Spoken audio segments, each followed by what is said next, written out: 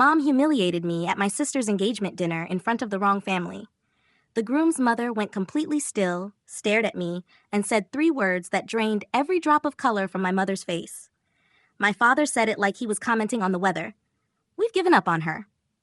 Small laugh, napkin still in his lap, fork halfway to his plate, like he'd said it 100 times in 100 different rooms and had never once watched a room go quiet afterward. This time, the room went quiet. I picked up my fork. I kept eating. The pork chop was good, $44 worth of good, which I knew because I'd seen the prefix menu on the restaurant's website when Lauren sent the dinner details. I'd spent maybe 3 seconds deciding whether to order it or the salmon. The pork chop won, and I was going to finish it. The woman sitting across from me had gone very, very still. Margaret Whitmore. Silver bob, gray blazer, an expensive watch on her left wrist that I recognized from a presentation I'd given 18 months earlier in a Chicago boardroom. She set down her fork with almost surgical precision. Her eyes were on me. Not my mother, not my father. Me. And in her expression was something I hadn't seen on a stranger's face in a very long time. The private calculation of someone doing math when they already know the answer. She picked up her wine glass, took one small sip, and set it down. "Rachel," she said in a voice that made several nearby conversations stop. "Tell me about your cleaning work." I looked at her across the white tablecloth, the warm bread, and nearly 50 people who were suddenly pretending to study their plates. I put down my napkin, and I told her, but let me back up about 10 years, because none of this makes sense from the middle. My name is Rachel Bennett. I'm 38 years old. I grew up in a 4-bedroom house outside Cincinnati, Ohio, the older of 2 daughters in a family where worth was measured in credentials, and credentials were measured by how impressive they sounded when my mother repeated them to other people. My parents, Elaine and Richard Bennett, weren't cruel people. I want to be precise about that, because cruelty implies intention. What they did to me never really felt intentional. It felt more like weather, like a cold front moving through a room where nobody turns on the heat because they forgot you were sitting there. My sister Lauren is 5 years younger than me. She's a marketing director at a pharmaceutical company in Louisville. She has a master's degree in communications, a polished LinkedIn profile, and a talent for being exactly what our mother imagined when she pictured a successful daughter. Lauren and I aren't close. We're polite to each other the way countries with complicated histories are polite at international summits. Carefully, formally, with our real feelings stored somewhere nobody opens. I didn't go to graduate school. I studied business administration at the University of Cincinnati, finished early because I took summer classes, and started my cleaning company at 25 with an old Ford cargo van and a pressure washer I bought used online for $400. I named it Bennett Commercial Services.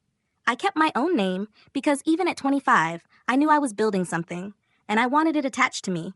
My mother told her friends I cleaned houses. She wasn't exactly lying. I just never corrected the missing part. The part where houses eventually became hospitals, universities, office complexes, and government buildings. The part about the 279 people on my payroll. Or the operations in 13 states. But those were details. My mother had always been more of a headline person. I almost didn't come to the engagement dinner. Lauren called me 6 weeks earlier on a Sunday afternoon. Her voice was bright and careful, the way it gets when she wants something but doesn't want it to sound like she's asking. She and Daniel were engaged. Daniel Whitmore. She'd met him at a conference 14 months earlier. She was very happy. And she wanted me at the engagement dinner. The dinner was at an upscale restaurant downtown. Private room. About 45 guests. Prefix menu. I said yes for one reason. My grandmother Helen, 80 years old, bad heart, uses a wheelchair now, but still insists on going to church every Sunday and calls it a free country whenever my mother protests. She is the only person in my immediate family who has ever consistently asked me a real question. The kind with a follow-up. The kind that requires listening instead of waiting for your turn to speak. When I was 27 and my van broke down on the interstate, I called home from a gas station because I didn't have enough money for the tow. Grandma Helen answered. She asked 2 questions. How much do you need? And where are you? No lecture, no speech about how this wouldn't have happened if I'd chosen a real career. She loaned me $900. I paid her back within 5 months. She has never mentioned it since. I came to the dinner for Grandma Helen. That was the whole reason. The first red flag came when I walked in. My mother was already doing what she does at parties, moving through the room and attaching credentials to everyone she introduced. David, retired police captain. Monica, nursing school, top of her class. Stephen and Claire, he works in finance, she teaches at the university. She had a fact for everyone, a reason you should be impressed.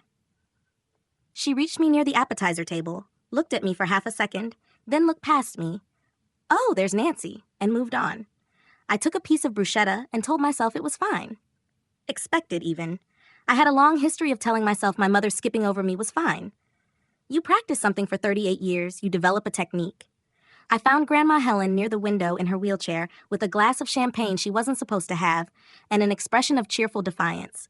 She took my face in both hands when I reached her. You look good. From Grandma Helen, that means something specific. You look like yourself. It's the highest compliment she gives. So do you. I look like an old woman drinking champagne she isn't supposed to have. Don't tell your mother. I sat with her for a while. She asked about our Tennessee expansion. I'd mentioned it at Thanksgiving. She remembered the name of my operations manager. She asked whether the university contracts were renewing. She listened to the answers. Then the Whitmore family arrived. Daniel came in first. Mid-30s, brown hair, easy smile. His father, Thomas, had the bearing of a man who owned real estate, which turned out to be accurate. Commercial property development, third-generation family business. Then Margaret Whitmore walked through the door. I had seen her before. She didn't know that I knew who she was. At least, I didn't think she did. She moved through the room efficiently. Handshake, eye contact, a few words. Next person. Then she reached me. She stopped. Half a second, maybe less. Just long enough for a controlled person to process something unexpected. I saw recognition flicker behind her eyes. She took my hand, held it one beat longer than she had anyone else's. Rachel, she said. How lovely to see you here. I kept my voice even. Mrs. Whitmore, good to see you too. She held my gaze for another second, then moved on to greet Grandma Helen. I turned toward the window. My champagne glass was in my hand, and I realized my grip had tightened around it. She knows. I put that thought away and went to find my seat. 12 of us were seated at the main table. Lauren and Daniel near the center, my parents beside them, the Whitmores across from us. Grandma Helen to my left, Margaret near me. My mother spent the first course doing what she'd done during cocktails, except now she had a captive audience. Lauren's degree, Lauren's promotions, the rebranding project she'd handled that spring, my father's career in insurance, Aunt Rebecca's volunteer work at the hospital, my cousin making partner. She skipped my chair. Not literally. The orbit of her introduction simply curved around me. One moment she was talking about the person beside me, and the next she was describing someone across the table. I had been edited out without a word. Thomas Whitmore noticed. He looked directly at me. What do you do, Rachel? Before I could answer, my mother jumped in. Oh, Rachel does cleaning work. A small dismissive hand gesture, the one I'd seen 100 times. Residential. You know, she's been doing it for years. Under the table, Grandma Helen's hand found mine. She squeezed once, I squeezed back. I looked at Thomas and gave him a small smile that said, I knew exactly what had just happened. He didn't look convinced that it was fine, but he let it go. For the moment. I saw Lauren's phone by accident. It was face down on the table. I wasn't looking for anything, but between appetizers and the main course, someone shifted the bread basket and her screen lit up. The preview showed 3 lines. The group chat was called Wedding Planning. My mother's message had been sent less than 2 hours before dinner. Whatever you do, don't let Rachel talk about her work tonight.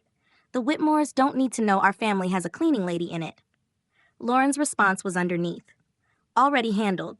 I introduced her as my sister from Cincinnati. That's it. The screen went dark. I picked up my water glass, set it back down without drinking. Whatever you do, don't let Rachel talk about her work. I turned the sentence over in my mind. The specific shame of it. A cleaning lady in our family. As if what I did was something that had happened to me, rather than something I had built. I thought about my operations manager, Marcus, who ran our hospital contracts division with a precision I had never stopped appreciating. I thought about our compliance director, Priya, who rebuilt our safety protocols from scratch. I thought about the Tennessee expansion.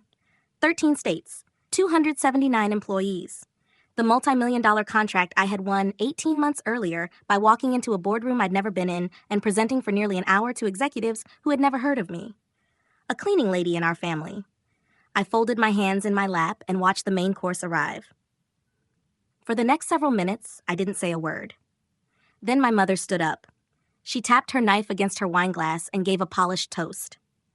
2 full minutes about Lauren, her degree, her promotions, her grace under pressure, Her kindness illustrated by a story about Lauren bringing soup to a neighbor during a snowstorm years earlier.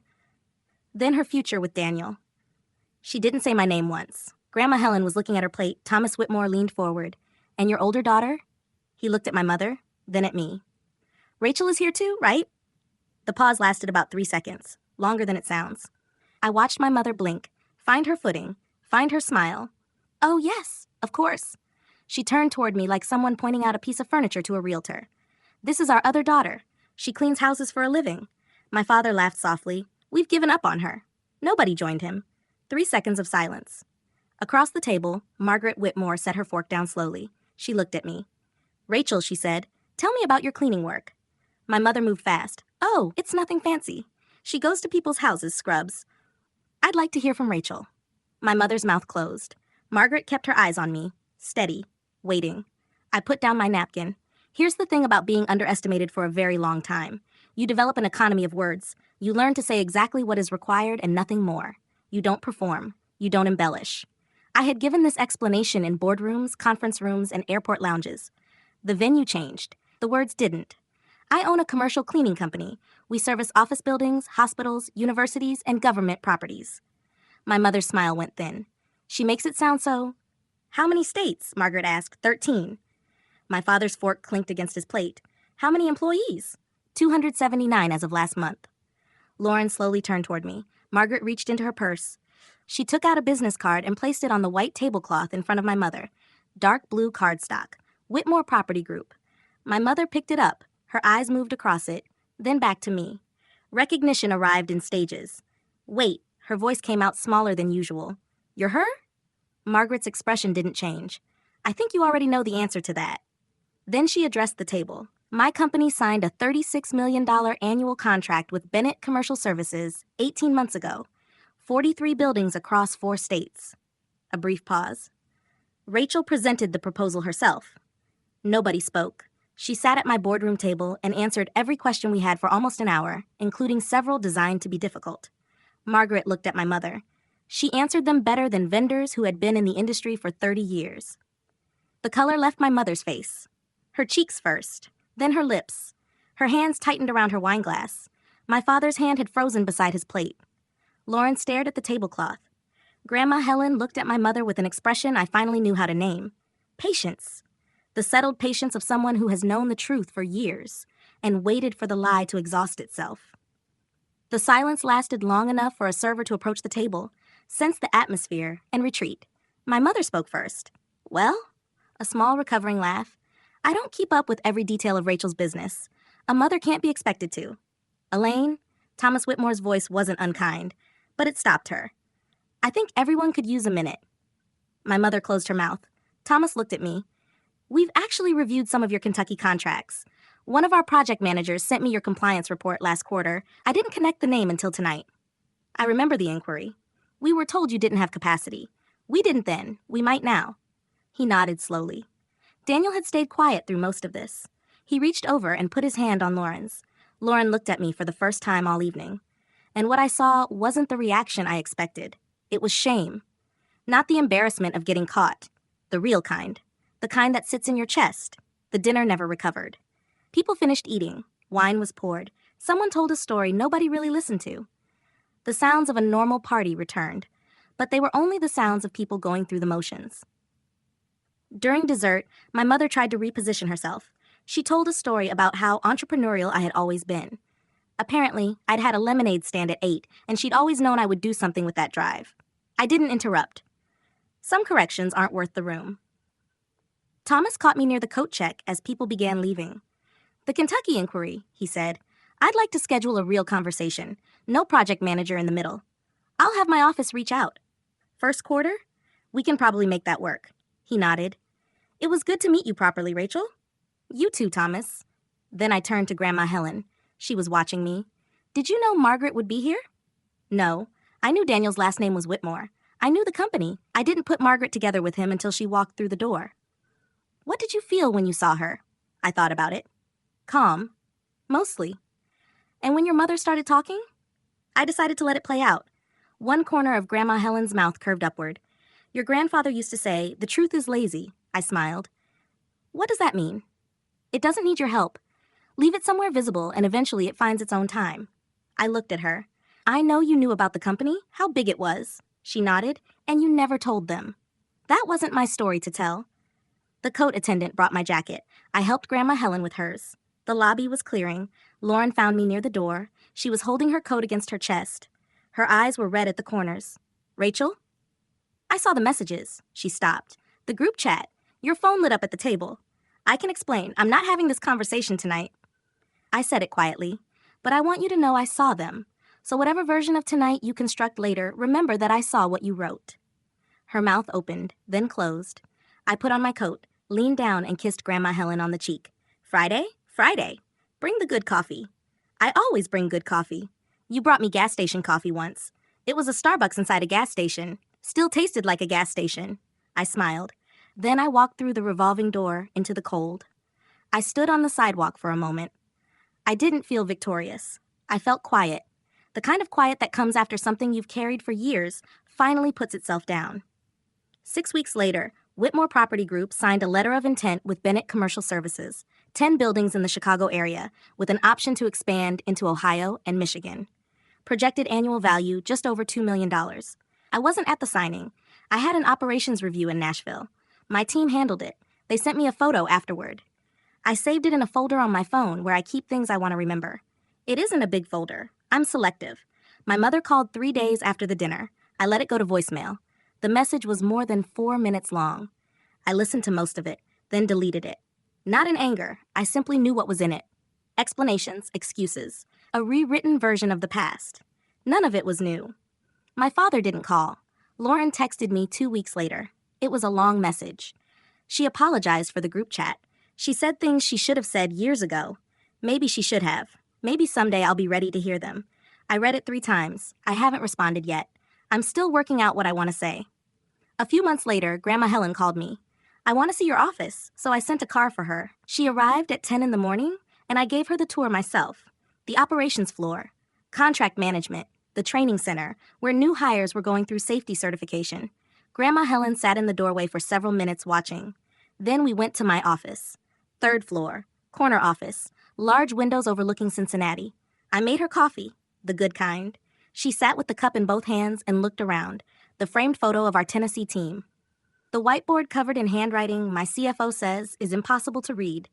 The small tray on my desk where I keep things that matter. An old pen from college. A paperclip Grandma Helen bent into the shape of a star when I was 8. She looked at the paperclip, then at me. You know what your mother said to me after dinner that night? I shook my head. She said she had no idea your business had gotten this big. Grandma Helen paused. That's the word she used. Gotten, like it happened to you. I didn't say anything. It didn't happen to you, Rachel. She looked around the office. You built it. I looked out the window at the skyline. I know. I know you know. She took a sip of her coffee. I just wanted to say it out loud in this room.